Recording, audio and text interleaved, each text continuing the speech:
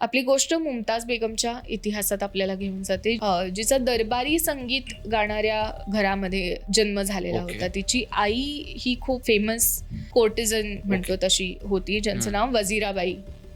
आणि त्या काळामध्ये अनेक राजांची संस्थानं होती वेगवेगळी भारतामध्ये, आणि त्या संस्थानांमध्ये अनेक आर्टिस्ट हे राजाश्रयाला असायचे. आणि त्या काळातली प्रसिद्ध कोर्टिझन असलेली ही वजीराबाई. आता जसजशी मुमताज थोडी मोठी होत होती, तिच्या आईने तिला हैदराबादमध्ये गायन आणि नृत्याच्या शिक्षणासाठी पाठवलं. आणि वयाच्या अवघ्या 12व्या वर्षी तिला राजाश्रय मिळाला इंदोरच्या राजघराण्यामध्ये.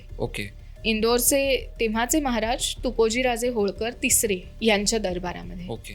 हळूहळू तिची कलेमुळे ते राजे नक्कीच इम्प्रेस झाले आणि त्यांची मर्जी तिच्यावर वाढायला लागली. आणि ऑलमोस्ट ती आता हळूहळू त्यांची मिस्ट्रेस झाल्यासारखी त्यांच्या सोबत राहत होती. तिच्यासाठी त्यांनी त्या महालाच्याच आवारामध्ये एक जनानखाना उभा केलेला. पण कुठेतरी हे प्रेम नसून हे ऑब्सेशन होत होतं, कारण ती त्या घरामध्ये फ्री नव्हती, तर ती कैदी असल्यासारखी मुमताज तिकडे होती. 1922 मध्ये तिने एकदा पळून जायचा प्रयत्न करावा असं तिच्या डोक्यात विचार आला, पण तेव्हा तिच्या लक्षात आलं की त्या राजांपासून तिला दिवस गेलेले आहेत. अरे बापरे.